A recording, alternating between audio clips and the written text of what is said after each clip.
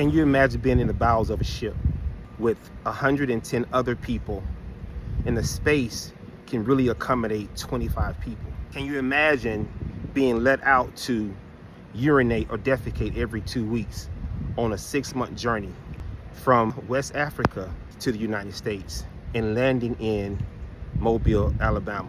This Black History Scavenger Hunt talks about the Africans who were captured and placed on the Clotilda slave ship and brought to America in 1860.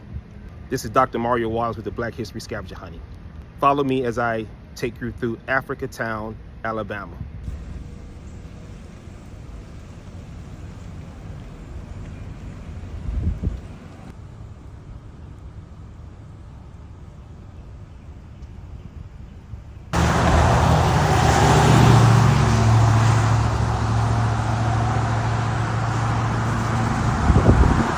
In 1860, a gentleman by the name of Kazula, who will be known as Cujo Lewis, was captured in Africa by soldiers of the Dahomey tribe in modern-day Benin. He was a Nigerian. He and 109 other Africans were placed in this thing called a barracoon, where slaves were held until a captain who was commissioned by Timothy Mayer came to Africa and took all 110 captive Africans and placed them into a slave ship and carried them from Africa all the way to the Americas, particularly in Mobile, Alabama. Unlike other descendants of slavery, these 110 people were Africans who had just arrived in the Americas in 1860, just a few years before the Civil War. You have to take in consideration there was a law passed in 1808 where Europeans were forbade by law to go back to Africa and kidnap Africans and bring them back in bondage for slavery on their plantations. So this was a total violation of the established law.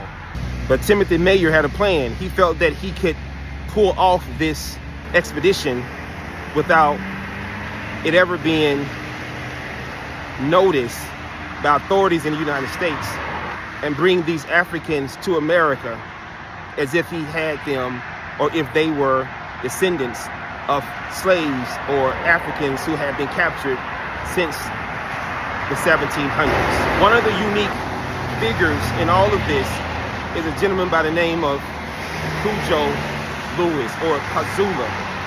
He was one of the last surviving descendants of Africatown, Africa. I'm standing before Union Baptist Church, the first church that he and those who helped to establish Africatown, Alabama, built for the worshiping of God in Africatown, Alabama. Although the church has been remodeled multiple times since the initial design, this is the actual location and the structure of the church when it was initially constructed. Unlike other cities established by Black folks in America, this city, Africatown, is very unique, established in 1866, a year after the Civil War. The unique thing about the people in Africatown, Alabama is the original people who established the city were not descendants of slavery. They were Africans who had just been captured 6 years prior to the establishment of Africatown in 1860, who established this town. The majority of people within Africatown are direct descendants of the initial enslaved who established this town.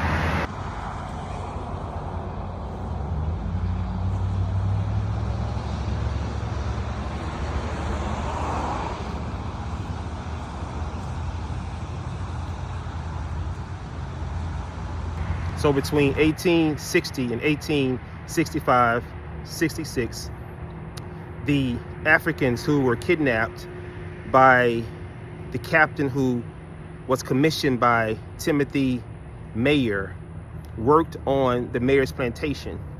for 2 to 3 years leading up to the Civil War. Unlike other enslaved Americans, these people spoke tribal languages. The majority of them were from the Yoruba tribe. These individuals were captured by the Dahomey tribe who used the sale of Africans as a way of trade and commerce to enrich their kingdom in Africa. So these people established Africatown, Alabama, eventually grew to upwards of 12,000 people. Similar to any other black community where innovation exists, there was a thriving business district and housing community in which they self-sustained and grew themselves.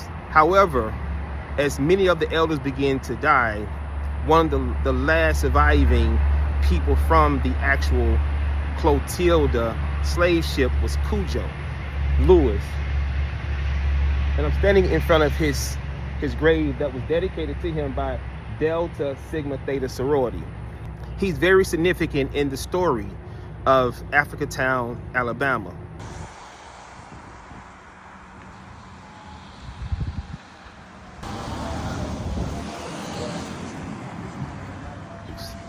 The town of Africatown, Alabama is seeking reconciliation through Timothy Mayer's family. In a recent 60-minute interview, they sat down and met with Timothy Mayer's descendants and had a conversation about what took place in Africatown and how to revitalize the community. How could we start talking about reconciliation and giving back to the people within the community? How do we grow the local economy? Because today there are a lot of blighted houses throughout the community and there's a lot of poverty. And when you think about the descendants of the Timothy Mayer, their family is worth over $36 million.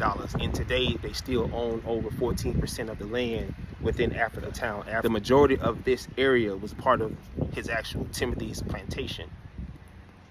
Although his heirs benefited off of slavery, which created generational wealth for over 6 generations. The descendants of the Clotilda did not have those benefits and blessings that his family did. But the good thing about it is that they're having conversations. They've met at the table and they've sat across from each other and started these conversations. One thing that came out of the conversation is several of the sisters have started to volunteer in the community to give back. Also, another thing that came from not just that conversation, but from the discovery of the Clotilda slave ship is a museum with wreckages of the ship inside the museum so that people can actually visit. Another thing that I've heard since the wreckage of the slave ship was discovered, it has brought over $10 million into the community. The people in Africatown experienced 5 or 6 years of slavery, the Civil War, Reconstruction, post-Reconstruction, and the Jim Crow era. They lived through the times of the Garvey Knights, Back to Africa movement, Booker T. Washington's movement of self-resiliency, W.E.B. Du Bois movement, as well as the Great Depression and so forth. Because of all the horrendous things that they experienced, today the size of the community has shrunken from 12,000 to less than 800. And a high percent of the people in the community have different diseases such as cancer. And these diseases are due to industrial pollution like this company I'm standing in front of. These companies are throughout the community. So not just beginning with slavery, but ending with where we are today. And with the hope of a new horizon from the discovery of the Clotilda to bring money into the community is suffering. But you have strong leaders in the community who are doing the things to get the community back on course. And I do believe that this city is on a course to prosperity.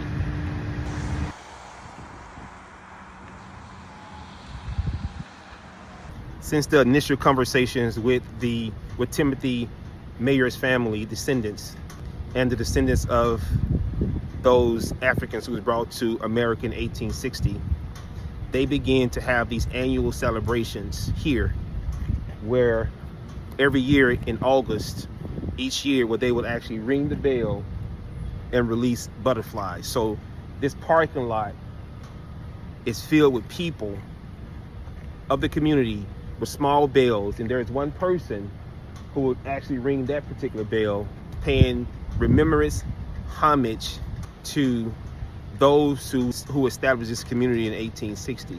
Unlike other descendants of slaves who this 110 group of Africans met when they arrived, they had totally different cultures. Even the 110 enslaved Africans had different cultures. They came from different tribes.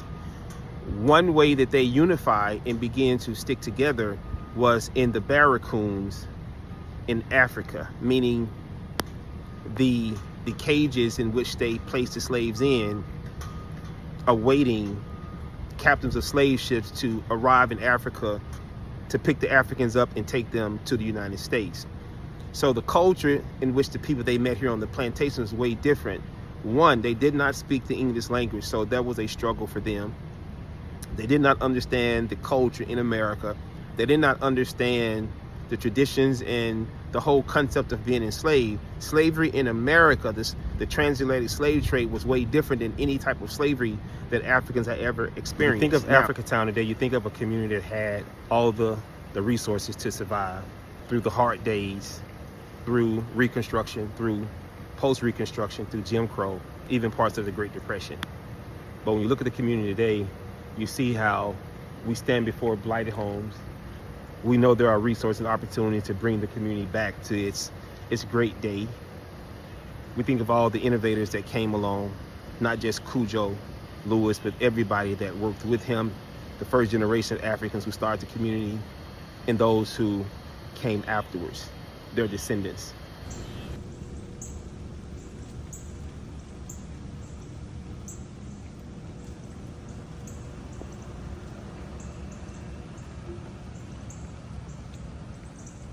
Like any town where slavery existed, there's always ports of transportation to get harvest, product, and produce from one location to the next.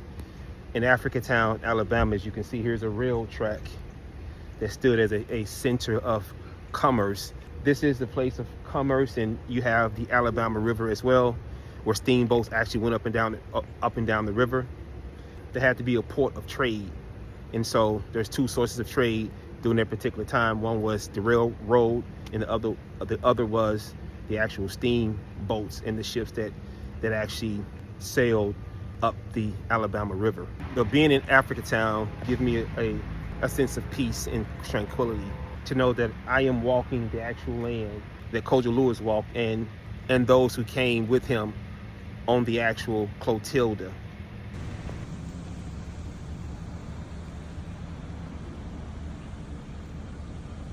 Just imagine being enslaved in the Americas or the United States, and the last memory of Africa you have is when you were captured and placed in a barracoon. You don't really know the land here. You don't know the culture. You don't know the people. You don't know the language. And you still remember Africa, and you long to go back. But you approach your former slave master, and he tells you he's not giving you the assistance to go back, so you have to establish a settlement here in the United States. And you and the other 109 people pool money together and purchase land from this same person to establish Africatown today. But I'm standing in front of an Africatown revitalization project. And as you can see here, it's like this was an entire courtyard in a community just within itself.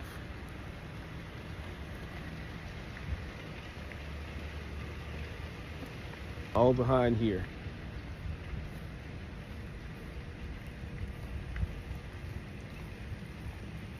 It appeared that this was one of an initial community or an initial settlement that existed. Maybe not as far back as the first generation of African who settled in Africatown, who established Africatown, but this is a fairly older community within Africatown. As you can see, it's boarded up, and it's a part of a revitalization. But there are newer houses here that lines the street of the community, along with blighted homes. But this is a start. But this gives you traces back to a time back when people in Africatown lived in small shotgun houses. In 1828, January, Zora Neale Hurston met with Cudjo Lewis for an in-depth interview to capture his history as it relates to the Clotilda in Africatown, Alabama. And he shared with her everything that took place from him being captured in Africa by the Dahomey tribe in Benin, him being a Nigerian. He was a Yoruba Nigerian, and there was over maybe 80% of the people on the Clotilda came from the Yoruba tribe. His experience on the Timothy Mayer's plantation, the first generation of Africans who came on the Clotilda experience, the transatlantic slavery during the Civil War, post-Civil War Reconstruction, post-Reconstruction, and then entering into the Jim Crow era. He explained that given that they didn't have the monies to actually start Africatown initially, they had to sharecrop. They had to be sharecroppers and tenant farmers for a small stint of the time before they had enough money to actually purchase the land from Timothy Mayer to actually establish Africatown. He talked about the years of guilt and remorse of him being the actual last survivor. All this information is published in a book called Barracoon.